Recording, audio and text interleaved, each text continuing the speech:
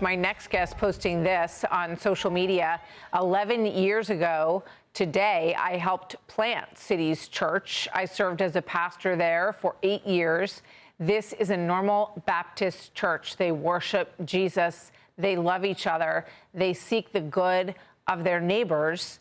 And the left, he writes, hates them and wants to shut them down because one of their pastors serves his country in law enforcement, putting his life on the line to remove rapists and violent criminal illegal immigrants from our streets. So that is a statement by Dr. Joe Rigney.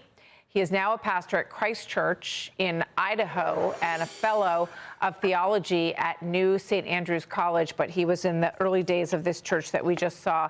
Pastor, thank you very much for joining us today.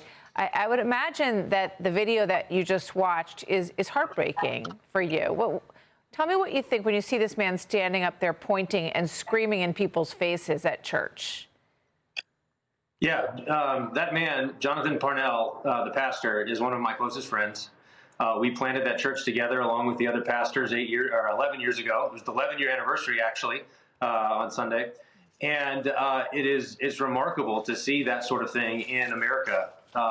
To watch people disrupt, frighten children, harass churchgoers who are simply trying to worship God. This is not a political church. This is a church that worships Jesus, loves one another, seeks the good of their neighbors, and instead of going to normal Sunday, they have loud, angry, vile people screaming and chanting at them. As he said, it was shameful. You wrote that this reminds you of the kind of conflict that you see in the book of Acts in the Old Testament.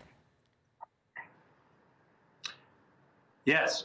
And I mean, when you read the book of Acts, this is the sort of thing you see. You see the early Christians facing riots and mobs. You see government officials either complicit in those lawless actions or at least feckless in the face of them.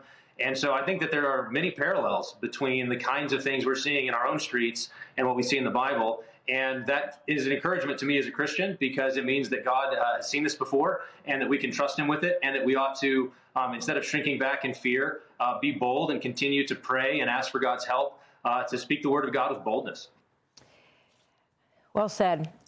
So you heard the statement. Steve Harrigan just shared with us the statement that Governor Walz made. It was pretty tepid. It's from one of his spokespeople, not directly from him. He in no way supports interrupting a place of worship. But let's go back to what he said would happen. Back on December the 23rd, he said that, you should expect that ICE is probably going to head into houses of worship to take people out. He said, the governor repeatedly and unequivocally, no, this is the new statement. Sorry, let's see the old one. Watch. So I would fully expect, and we are preparing for, an influx of more agents, more of the very visible public theatrics of the raids, of the harassments.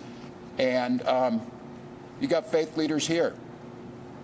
I would not put it past this administration to target midnight mass services amongst folks going to worship, because that's who they are. That's who they are. So that's who they are, the people that we just saw who walked into this service. What do you think about the governor's reaction? Would you expect something a bit stronger and potentially that these individuals would face charges because there are laws on the books that prevent this? Absolutely. And I think while the fundamental blame lies on the agitators themselves who chose to do this, who coordinated it, planned it, it was a brazen and intentional invasion. They sat through the first half of the service before disrupting it.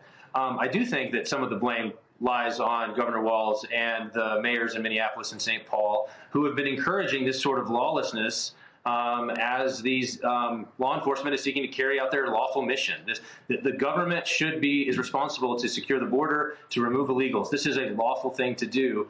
And yet the governor of Minnesota has been encouraging them to urgently and loudly protest these actions. And now it's not simply disrupting law enforcement actions, it's following law enforcement agents to their places of worship, harassing their families, scaring their children, anyone who's associated with them, demanding that they denounce them. I mean, these are terrible tactics, and it is shameful that the governor would be so tepid in his condemnation. Pastor Rigby, thank you very much. Good to have you with us today, sir. Thank you for having me. Hey, Sean Hannity here. Hey, click here to subscribe to Fox News YouTube page and catch our hottest interviews and most compelling analysis.